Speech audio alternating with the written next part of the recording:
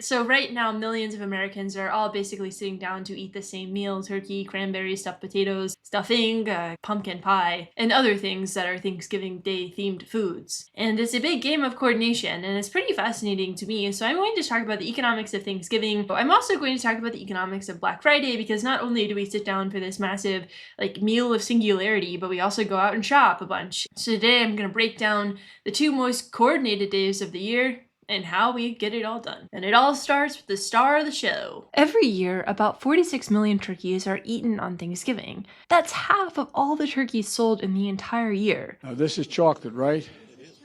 Chocolate, you are pardoned. For perspective, that's more turkeys than there are people in California, Texas, and Florida combined. And a lot of data science goes into predicting exactly how many turkeys we need. Farmers and retailers analyze years of turkey consumption patterns, especially around Thanksgiving, when demand goes through the roof. Planning for turkeys actually starts up to 6 months in advance to make sure that every store is stocked. And the stocking is crazy. It takes around 28,750 full truckloads of refrigerated services, also known as reefer trucks, to get turkeys to local grocery stores. Each truck can carry about 20 pallets with 80 turkeys per pallet. But here is where things get interesting. Not everyone's sticking with turkey. Demand for turkey has actually dropped. Americans are eating 14 pounds less turkey per person in 2024. Some are switching to pork and beef. And it's not just preferences changing, there are supply chain challenges too. In 2024, US farmers raised about 205 million turkeys, which is the lowest number since 1985. Why? Because of the highly pathogenic avian influenza, which is basically the bird flu, made it harder for farmers to meet demand. It's a similar thing that happened to chickens and egg prices. Thanks to cold storage, though, the turkey industry has a backup plan. As of September 2023, there were 447 million pounds of turkey sitting in freezers, ready for a potential Thanksgiving rush.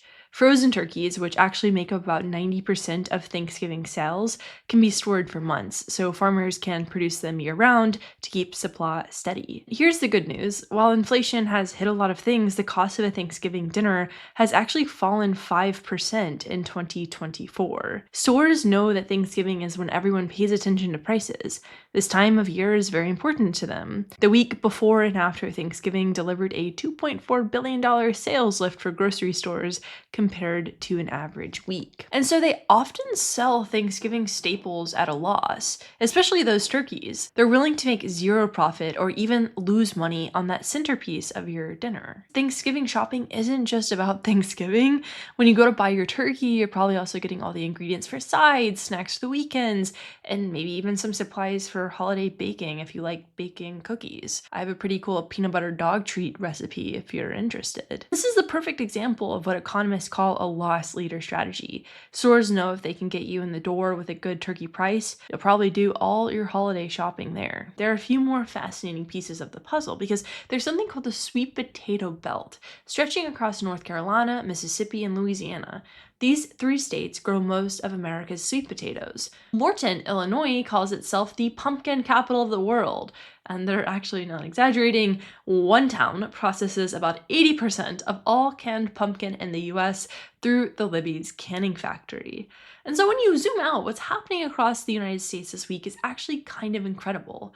We have sweet potatoes moving north from North Carolina, cranberries heading out from Wisconsin and Massachusetts, pumpkins shipping from Illinois, turkeys traveling from farms across the country. This massive coordination happens every single year. Farmers, truck drivers, warehouse workers, grocery store employees, millions of people working together to make sure everyone can cook the same meal on the same day. And they're not just moving individual ingredients, you're coordinating 46 million turkeys, 80 million pounds of cranberries, 50 million pounds of sweet potatoes, 18.9 million ready-made pies, mostly pumpkin, 32.2 million dinner rolls, and somehow, even with all the complexity, even with the weather problems and supply chain issues and changing shopping habits, it works. Every year, the food gets where it needs to go. And then after we all finish the exact same meal, we used to go out and shop and kind of be violent, but now we don't do that because we stick to our phones. Black Friday used to be simple. Stores would offer massive discounts, people would line up at midnight, chaos would ensue. But something interesting happened. Steal myself, my state's in order, and I've made peace with my God and those around me, so I will get the 12 by 12 finish in a flash to see scrapbooking kid. Just you wait. Whoa, what a day for shopping! Smartphones changed the entire game. In 1990, comparing prices meant physically going to different stores.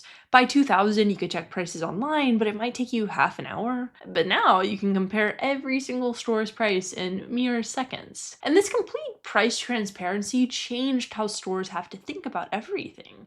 Because when everyone knows every price instantly, the old playbook stops working. It's a massive economic experiment in real time. When every shopper has perfect information, stores can't rely on the hope that you don't know their competitors' prices. They had to completely change their strategy, and what happened with price tracking is actually a perfect example of game theory in action. So in game theory, there's something called perfect information, where everyone knows everything about the game. It's like chess, where both players can see all the pieces. Shopping used to be more like poker, where stores had information that you didn't, but price tracking turned it into chess. And when everyone can see everything, the whole strategy has to change. So imagine two stores selling the same TV. In the old days without price tracking, store A could advertise a huge discount, knowing you probably wouldn't check store B, and store B could do the same thing, betting you'd come there first. So both stores could claim lowest prices because checking was hard. But now with perfect price information, if store A offers a deep discount, store B instantly matches. If store A keeps prices high, store B can undercut them. So customers will always know who's cheaper. So what's the equilibrium? Where do the stores end up? They all land at offering smaller, steadier discounts spread out over time. Instead of one day of these discounts, they did something clever. They spread everything out. So suddenly Black Friday spreads all throughout October. Stores are doing pre-Black Friday and Cyber Week and early access deals. Amazon has a whole week dedicated to Black Friday. And this isn't random. If you can get people to buy early, they might not even check other stores' deals later. It's like a game of discount chicken. Who's going to move first? Stores aren't just guessing anymore. They're watching what prices make you buy, what deals make you click, and even how long you look at certain things. Because all of this data lets them personalize everything. The deals you see might be completely different from what your neighbor sees. Every store is trying to create a custom Black Friday just for you. So say you've been looking at those TVs again. Store A knows if you've checked prices 3 times, that you usually buy after viewing 4 times, that you tend to purchase on weekends. So instead of showing everyone the same deal, they might send you a specific offer at exactly the moment their data suggests you're ready to buy. It's their way of trying to escape that price matching trap. We're seeing this shift from who has the lowest price to something more complex. Stores are realizing they need to compete on things algorithms can't easily compare. Exclusive products you can't find anywhere else, experiences you can't price match, and memberships that change how pricing works entirely. It really is the success of the Costco model, and as pricing becomes more personalized, the whole idea of Black Friday as one big shopping day might disappear entirely. As stores get better at predicting our behavior, we're also getting better at understanding their strategies. It's like this constant back and forth of who can outsmart who, and I think it's really bad for the collective psyche. But while the chaos of midnight doorbusters might be gone, what's replacing it is actually more interesting, perpetual, infinite Black Friday, where all you have to do is consume all of the time. The future of shopping isn't just about finding deals, it's understanding how the whole game works. And right now, consumers and stores are battling over this. And that's the fascinating thing about Thanksgiving week.